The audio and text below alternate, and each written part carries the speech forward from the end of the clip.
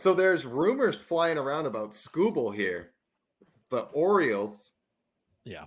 would have to give up a haul. I don't know if the Orioles would do this. The rumors out there are Jackson Holiday, Kobe Mayo, Connor Norby, who's disgusting, by the way, Kyle Stowers. They're all for the Norfolk Tides. That Norfolk Tide team is So a good. borderline MLB team right now.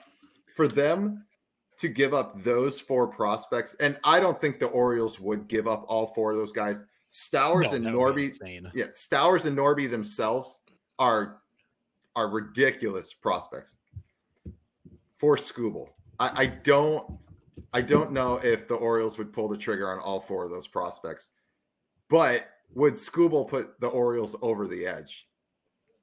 I mean, if I'm the Orioles, I'm doing whatever I can to get a hold of either Scooble or Crochet to try to bolster the rotation that where you've already lost Bradish, Means. You've got some holes there. I wouldn't give up all those guys, but I would certainly make a push because Scooble, you got 2 years of control.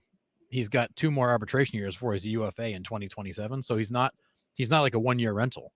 And I think that's why it would be such a haul to get him. It's like when they traded Soto to the Padres, like because he had a couple years of control, you give up more for him. It's not like he's a rental. Yeah.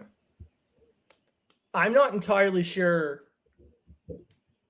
Like if I'm Baltimore, I'm seriously thinking about making that deal. Not a guarantee, but I'm having legitimate conversations. I recognize the importance of prospects, draft picks, building up a strong farm system, all that. But to me, there is no substitute, and this is like very Dombrowski of me. But there's really no substitute for proven major league talent. Agreed. Yeah. And I do love the idea of what all of those names in Norfolk can bring you, kind of the next wave, as if you need a next wave. I mean, you're the youngest team in baseball right now, but this idea, but statistically, on average, you will have multiple guys of that group are going to fall on their face and they won't work. Right. Yep. Scooble is a proven major league talent many times over. You don't think he's proven? You don't think he's proven himself at the end of last year, how he ended last year, and what he's done this year? I mean, you've got 3/4 of a season where he's proved it in 3 seasons. Okay. Go ahead. Keep talking.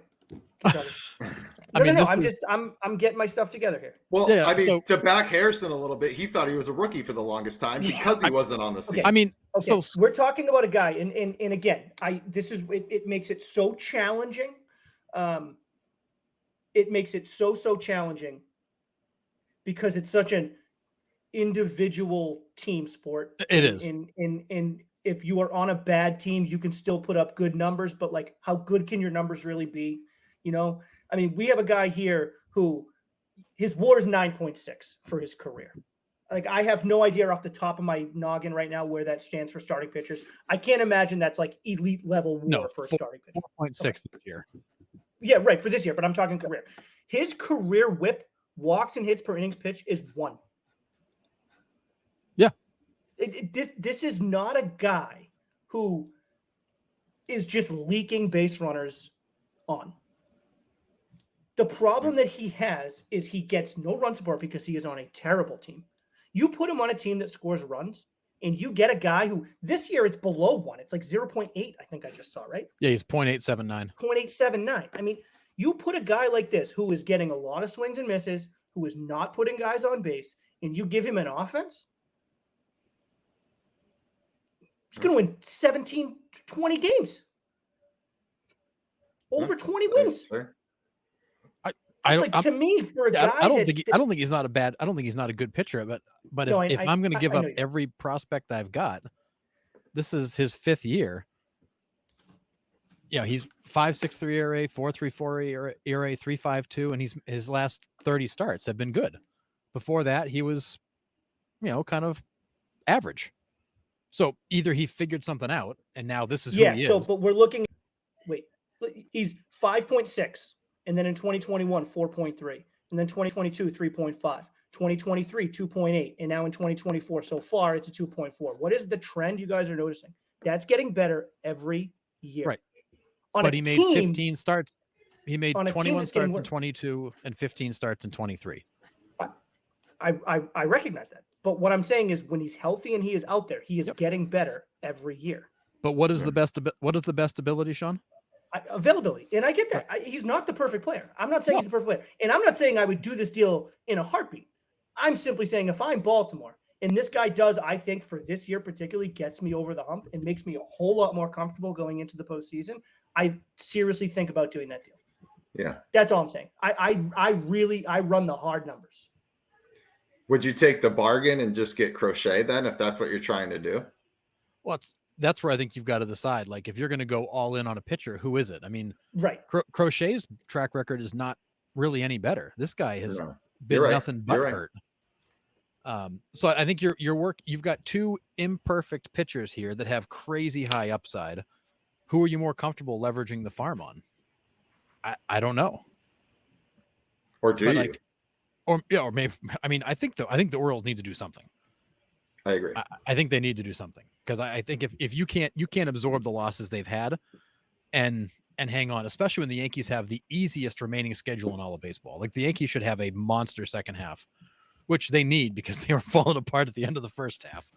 But the Yankees had a disastrous month to end it, and they were still only a couple of games behind you. That's how much better they can be.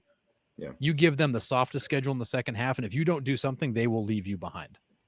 Now, you can get in as a wild card, sure, but can you take them down head-to-head? Like, are you going to be able to take the Yankees down head-to-head, the Guardians down head-to-head? Guardians also have a crazy hard second half. We'll see where they end up. But, like, the Orioles, and Rubenstein has even said it, like, we're realistic that we can't keep this team together forever. Our window is small. We have to strike while we can. Yeah. I see him making a move because he knows he's going to have to. And I don't see them being afraid to dump prospects. I mean, they've mentioned they'll listen for offers for Jackson Holiday. They're not married to any of these prospects because there's friggin' 20 more coming. Right. And 20 already on the roster. Right. And like Sean said, like they want proven major league guys to go make a playoff run. You don't want a bunch of young guys in the ALCS in a game 7. You want experienced guys who've been there. Like that's important. Well, I want guys, and this is such a non-answer, but it's the only way I know how to say it with it making some semblance of sense. I want guys that I'm comfortable with that give me an opportunity to beat the team I'm going against. And if it is a bunch of young guys, then so be it. It's a bunch of young guys. But I'm not going to war with a bunch of young guys just because they are a bunch of young guys, if that makes sense. Right? Like if I have an opportunity to bolster my starting rotation, whether it's Crochet, whether it's Skubal or player XYZ, I don't know. But if I have an opportunity, I would be a fool not to run hard numbers on that. And if the difference between Skubal and Crochet is a lower level prospect, then I might think that's worth it. Mm-hmm. But like if the difference between Skubal is, 2 blue chip guys that are already in AAA, and then Crochet is, a couple of AA guys and 1 AAA guy, well, then that's a no-brainer. Right. I'm keeping. Do you know what I mean? Like I think it all depends on what we're looking at. Yeah, it's all relative. I think they would be fools to dismiss it off the bat. Agreed. Absolute fools for either one of these guys. These guys are animals, both of them. Yeah. And they do make you better. There's no question. Either one of them makes you a better team that puts you over the hump, I think, in the American League. Yeah, there's not a better pitcher in the American League this season than Skubal. He is not a better pitcher in baseball, period, than Skubal. I don't think so. The dude he's clearly the best right now. You throw that guy into your rotation and you go into the playoffs with he and Corbin Burns at the top of it. I feel really freaking good about that. Yeah. Now, in 2 years, who knows what happens with Skubal? Anything can happen with Skubal. But if you're really looking at trying to capitalize on this window you've got with this young core that's cheap that you can still afford to do this with, then you go make that trade. And if you got to empty the farm system to go hang a pennant, then you friggin' do it. All right. Well, no.